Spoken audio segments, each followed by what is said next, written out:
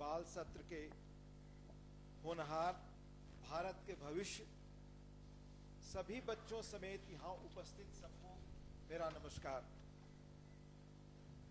इतिहास के कई दृश्य इस सदन ने देखे हैं और आज एक और नया अध्याय जुड़ा।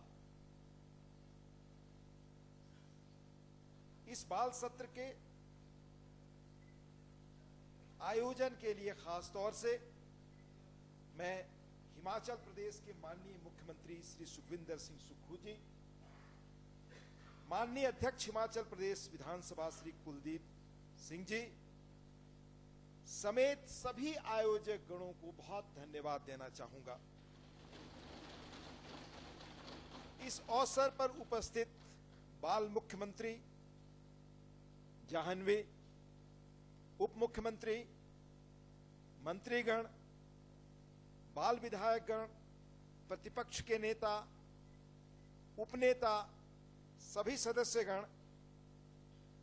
बाल सांसदों की मेंटर और फ्यूचर सोसाइटी की डॉक्टर मीना शर्मा जी, यहां मौजूद हिमाचल सरकार के सभी मंत्रीगण, विधायकगण, राजस्थान के माननीय मंत्री जी, यहां उपस्थित सभी श्रद्धेय हमारे अभिभावकगण, देवियों, सज्जनों और हमारे सारे पुनः प्यारे युवा होनहार भारत के भविष्य छात्र और छात्राएं, बच्चों के लिए पहली बार हिमाचल प्रदेश विधानसभा में आयोजित इस बाल विधानसभा सत्र में उपस्थित होना यह गौरव का क्षण है। माननीय विधानसभा अध्यक्ष श्री कुलदीप सिंह पठानिया जी का ऐसे युवा और जीवंत श्रोताओं को संबोधित करने का अवसर उन्होंने मुझे दिया, मैं आभार व्यक्त करना चाहता हूं। पुनः उल्लेख करना चाहूंगा कि यह कार्यक्रम पहली बार हिमाचल प्रदेश में बगैर यहां के मुख्यमंत्री जी के सहयोग और सक्रियता के संभव नहीं था और कॉन्स्टिट्यूशनली भी यह विधानसभा और यहां की सरकार की सहमति के बगैर प्रैक्टिकली संभव नहीं था। इसलिए पुनः इन सबको बहुत धन्यवाद। देश भर के उन 68 बच्चों को बधाई जिन्हें बाल विधायक के रूप में एक दिन के लिए हिमाचल प्रदेश विधानसभा के लिए बच्चों की सरकार कैसी हो इस अभियान के तहत चुना गया। इसमें आपने सुना कि पूरी प्रक्रिया में कितने हजार छात्रों ने रजिस्ट्रेशन कराया। मैं तो इन सभी छात्रों को देश के भविष्य के विकास में भागीदार के रूप में देखता हूं। आपने जिस तरह अपने को कंडक्ट किया, जिस तरह शालीनता से सवाल पूछे, जिस बेहतर तरीके से अपनी बातें स्पष्टता से कही, छोटे बच्चों ने जिस स्पष्टता से अपने सवाल पूछे, मुझे लगता है कि हम सभी लोग जो राजनीति में हैं उनके लिए यह एक सबक और प्रेरक अध्याय रहेगा। यह हम सबके लिए सुखद आश्चर्य है जानना कि कोविड के कठिन समय में घरों में बंद बच्चों को उनकी जो चुनौतियां मानसिक थी उनको दूर करने के लिए, उनकी रचनात्मकता और उनकी क्षमता को बाहर लाने के लिए कैसे जाह्नवी जी ने घर से डिजिटल बाल मेला का आयोजन किया। यह आज न केवल बच्चों को उनके रचनात्मक पक्षों को सामने लाने में, बल्कि बाल विधानसभा के आयोजन के माध्यम से बच्चों को अपने देश की समस्याओं एवं आने वाले समय के चैलेंजेस के बारे में समझ विकसित कर रहा है। यहीं से हमारी फ्यूचर लीडरशिप निकल रही है। मैं पुनः डिजिटल मेला की संस्थापक और उससे जुड़े सबको धन्यवाद देना चाहता हूं।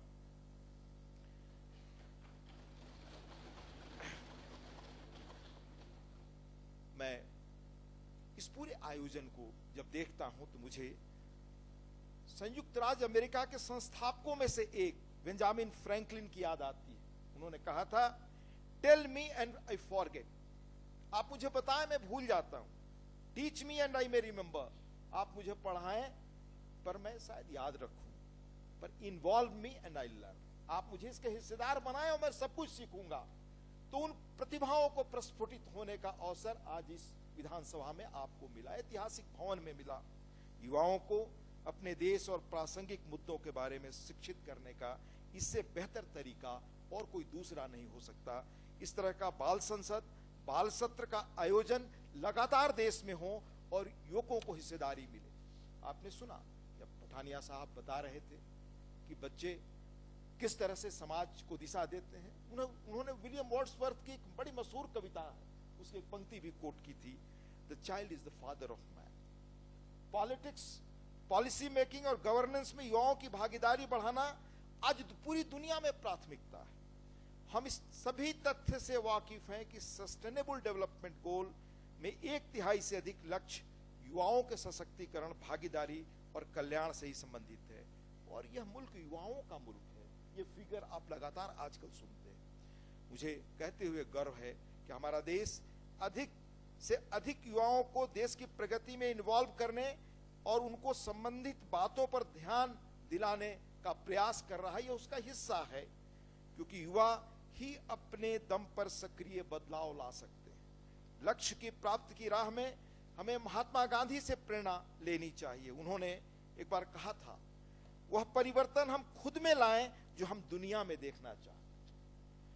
मेरे प्यारे युवा साथियों, आपने सुना, आपके एक सहयोगी छात्र ने उठाया, बाल सत्र में आज चाइल्ड लेबर प्रोविजन डे है। उस अवसर पर यह कार्यक्रम आयोजित है। बाल श्रम खत्म करने की दिशा में हमारे राष्ट्रीय प्रयासों के परिणाम मिले हैं। 2001 की जनगणना के अनुसार 5 से 14 वर्ष की आयु के बच्चे 1.26 करोड़ काम करने वाले बच्चे थे।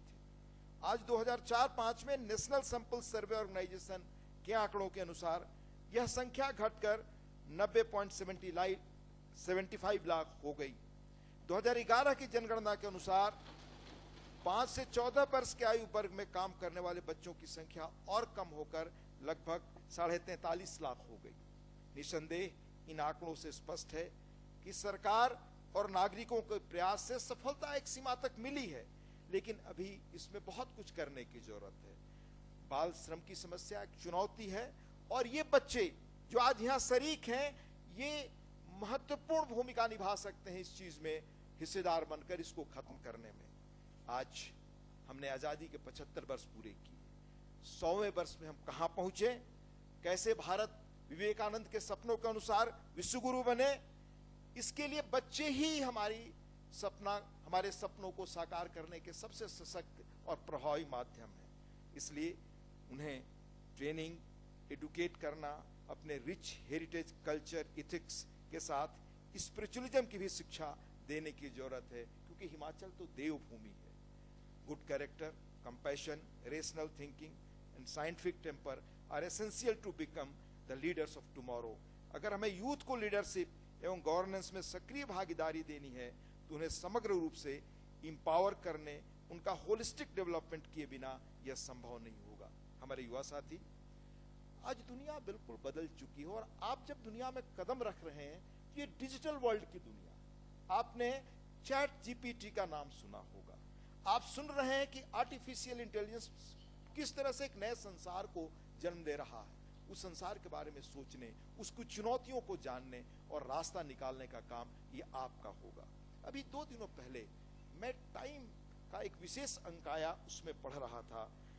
यूएस के जो सर्जन जनरल हैं, मूलतः भारतीय हैं, वहां के स्वास्थ्य के सबसे बड़े व्यक्ति डॉक्टर विवेक मूर्ति, उन्होंने 2 बातें सोशल मीडिया के लिए और खासतौर से युवकों के लिए कही। मुझे उम्मीद है कि आगे आपका इस तरह का बाल सत्र का जो भी आयोजन हो उसमें इन चीजों पर विचार करेंगे। उन्होंने कहा, the defining public health crisis of our time social media. दूसरा कहा, I worry about the mental health and well being of our children. ये यूएस कह रहा है, जहां से ये सारी बड़ी कंपनियां आज दुनिया को टेक्नोलॉजी में एक रास्ता दिखा रही हैं। उनकी चैलेंजेस भी हैं, उनकी अपॉर्चुनिटी भी है। उनके श्रेष्ठ अपॉर्चुनिटी से कैसे हम अपने संसार को, गवर्नेंस को, सारी चीजों को बेहतर बना सकें, यह अब आपके हाथ में है। मुझे याद है कि यह हम कहते हैं कि आज ये डिजिटल और इंटरनेट का युग है। इसके अपने चैलेंजेस हैं, पर किताबों की भूमिका हमेशा बनी रहेगी। Ultimately books are still the most powerful connector today even. और ऐसी सूचना है कि भारत विश्व में किताब पढ़ने में बिताने वाले समय की दृष्टि से दुनिया का नंबर 1 देश है। बुक पब्लिशिंग में हमारा 3रा स्थान है। एक मशहूर दुनिया के लेखक ने कहा था कि today A reader tomorrow a leader. इसलिए हमारे प्यारे बच्चों, आप देश के फ्यूचर पाथ फाइंडर और चेंज मेकर हैं। देश एवं समाज की समस्याओं के बारे में दूसरों को शिक्षित और जागरूक आप कर सकते हैं। आप शिक्षा के महत्व और चाइल्ड राइट्स के बारे में अपने दोस्तों, परिवारों और समुदायों के बीच जागरूकता फैलाने का काम कर सकते हैं। आज मार्केट सोसाइटी के जमाने में आप सही उत्पादों और सेवाओं को अपने परिवारों और समुदायों को बढ़ावा देकर कंज्यूमर चॉइस को भी प्रभावित करते हैं। यही नहीं, आप एजुकेशनल अपॉर्चुनिटीज, वोकेशनल ट्रेनिंग और रिहेबिलिटेशन जैसे कामों में भाग लेकर अमूल्य योगदान कर सकते हैं। मैं आपको बताऊं कि महात्मा गांधी ने चंपारण में जो बड़ा प्रयोग किया इस देश की मुक्ति का, उस वक्त उन्होंने जो स्कूल खोले बच्चों के लिए, उसमें बच्चों के सर्वांगीण व्यक्तित्व का विकास हो, सफाई से लेकर बाकी चीजों का, जिस पर आज दुनिया अध्ययन कर रही है कि अगर वो शिक्षा पद्धति हमने अपनाई होती तो भारत की तकदीर कहीं और रही होती। आज उसमें यह था कि बच्चों का वोकेशनल एजुकेशन कैसे हो, शुरुआत से कैसे हो, सफाई में बच्चे कैसे हिस्सेदार बने, उन दिनों के प्रयोग को पढ़ें जिनका रेलिवेंस आज लोग तलाश रहे हैं। इसलिए शायद नई शिक्षा पद्धति में इसको रखा गया है। देश के वर्तमान और भविष्य को आकार देने में युवा नेताओं के क्रूशियल रोल का मैं उल्लेख करूंगा। आज दुनिया तेजी से विकसित हो रही है। अभूतपूर्व चुनौतियों के साथ साथ अब अविश्वसनीय अवसर भी आ रहे हैं। एक तरफ चैलेंजेस हैं, दूसरी तरफ अपॉर्चुनिटीज है। परिवर्तन के चैंपियन के रूप में आप इस जटिल परिदृश्य को आसानी से नेविगेट करने की क्षमता एवं कुंजी है। आप युवा सभी बाधाओं, बैरियर्स को तोड़ने की क्षमता रखते हैं। ऐसा सामाजिक परिवेश सुनिश्चित करने की शक्ति रखते हैं जहां एज, जेंडर, इथनिसिटी या सामाजिक आर्थिक पृष्ठभूमि की परवाह किए बिना हर किसी को मौका मिले, उनकी आवाज सुनी जाए। बच्चों के जीवन में सही मायने में इंक्लूसिविटी और डाइवर्सिटी की झलक मिलती है। आप एक ऐसे समाज को बढ़ावा दे सकते हैं बच्चों, जहां केयर और कंपैशन के साथ सबको अधिकारों का सम्मान मिलेगा। युवा मित्रों, आप डिजिटल एरा में पल और बह रहे हैं। आपको बहुत कम उम्र में तकनीकी प्रगति का लाभ और ज्ञान मिल रहा है। नई नई तकनीकों की क्षमता के बारे में आप गहरी समझ रखते हैं। आप सही मायने में डिजिटल नागरिक हैं। लोगों के जीवन को बेहतर बनाने के लिए इन तकनीकों का फोर्स मल्टीप्लायर के रूप में उपयोग करके आप स्थायी समाधान विकसित कर सकते हैं। बुनियादी सेवाओं जैसे स्वास्थ्य, शिक्षा एवं जीवन की अन्य चुनौतियों का समाधान कर सकते हैं। हमें यकीन है कि आप इन विशेषताओं एवं क्षमताओं के बल पर भविष्य के चैलेंजेस का सफलतापूर्वक सामना करेंगे। आप हमेशा नए विचारों और दृष्टिकोणों के साथ साथ अपने वरिष्ठों के ज्ञान और अनुभव को महत्व देते हुए जेनरेशन गैप को कम करने का भी प्रयास करें। आपसी सम्मान और सहयोग के माहौल को बढ़ावा दें। निश्चित रूप से कलेक्टिव नॉलेज और एक्सपर्टाइज का अच्छी तरह उपयोग करने का आपको अवसर मिलेगा। लोकतंत्र को मजबूत करने और कॉम्प्रिहेंसिव और सस्टेनेबल डेवलपमेंट में युवाओं की भागीदारी को आज पूरी दुनिया में बढ़ावा दिया जा रहा है। भारत में बाल श्रम के विरुद्ध अभियान चलाने वाले नोबेल शांति पुरस्कार विजेता कैलाश सत्यार्थी के शब्दों में कहूं तो no segment in society can match with the power, idealism, enthusiasm and courage of the young people. उनके पास दुनिया को नया आकार देने की शक्ति है। इसके लिए हमें उनकी पोटेंशियल का पोषण करने, उन्हें उचित मंच प्रदान करने और उन्हें देश के परिवर्तन एजेंट बनाने के लिए सशक्त बनाने की आवश्यकता है, जो काम आज यहाँ हिमाचल विधानसभा में हुआ। मैं पुनः कहना चाहूँगा कि आप आत्मविश्वास और दृढ़ निश्चय के साथ अपनी भूमिका अपनाएं। आपके विचार, आपकी नई ऊर्जा, सोच और पैशन वास्तव में अद्वितीय हैं। आप देश की प्रगति के कैटलिस्ट हैं, चेंज मेकर हैं। आपको बड़े सपना देखने का साहस करना चाहिए। युवाओं के लिए आदर्श पूर्व राष्ट्रपति डॉक्टर एपीजे कलाम का मैं उल्लेख करूंगा। उन्होंने कहा था, a small dream is a crime. High aspiration रखें, साहसिक काम करें, न्याय और समानता के अपने प्रयास में निरंतर आगे बढ़ें। देश अपने युवा नेताओं से बड़े महत्वपूर्ण योगदान की अपेक्षा करता है। मुझे यकीन है कि आप इस कहावत से परिचित होंगे, जिसे बहुत बड़े पैमाने पर आपने बचपन में सुना होगा, भी सुनते होंगे। With great power comes great responsibility. Well informed, objective और रिस्पॉन्सिबल सिटीजन होने के महत्व को पहचानना महत्वपूर्ण है। संविधान में हमें अपने कर्तव्यों के बारे में बड़ा गहरा उल्लेख है, उन्हें हमें जानना चाहिए। इस तरह मैं आपसे पुनः आग्रह करूंगा कि इस देश की डाइवर्सिटी और इंक्लूसिविटी को अपनाते हुए विचारशील चर्चाओं में शामिल होने का हर अवसर आप उसका लाभ उठाएं, इम्पैथी को बढ़ावा दें, कम्युनिटीज को जोड़ने का प्रयास करें, सहिष्णुता पैदा करें। एक शांति प्रिय समाज के लिए आवश्यक है। मैं आश्वस्त हूं कि आप इस रास्ते पर चलेंगे कि अब भारत दुनिया का गौरवपूर्ण देश बनेगा। आदरणीय अध्यक्ष जी, आपकी आज्ञा से अपनी बात समाप्त करने के पहले मैं देश के भावी लीडर्स के सामने बहुत फ्रैंकली एक बात कहना चाहता हूं। बच्चों, मानव सभ्यता के क्रम में हमने राजनीति को विकास का माध्यम सुना। मानव समाज में मौजूद आर्थिक, सामाजिक जैसी अन्य विभिन्नताओं के कारण विकास के लक्ष्यों की प्राप्ति के माध्यमों में भिन्नता रही। लिहाजा अलग अलग राजनीतिक दलों की उत्पत्ति हुई जो अपने अपने तरीकों से समाज का विकास और उत्थान करते हैं, लेकिन सबका एक ही लक्ष्य है, अलग अलग रास्तों से भी, कि समाज और देश विकसित हो, आगे जाएं। आप इलेक्शन के समय या संसद या विधानसभाओं के अंदर जो भी देखते हैं वह इसी कॉम्पिटिटिव पॉलिटिक्स का रिफ्लेक्शन है। इसके लिए रूल्स और नॉर्म्स बने हैं जिनका सही रूप में हमें पालन करना चाहिए, जो आपने किया। पर मुझे ये कहने में संकोच नहीं हो रहा है कि हमारी पीढ़ी के लोग शायद पूर्णतः ऐसा नहीं कर पा रहे हैं। खास करके हमारी संसद से लेकर विधानसभाओं के अंदर जो दृश्य आजकल आप देखते होंगे, उन्हें देखकर आपके मन में जरूर सवाल पैदा होता होगा।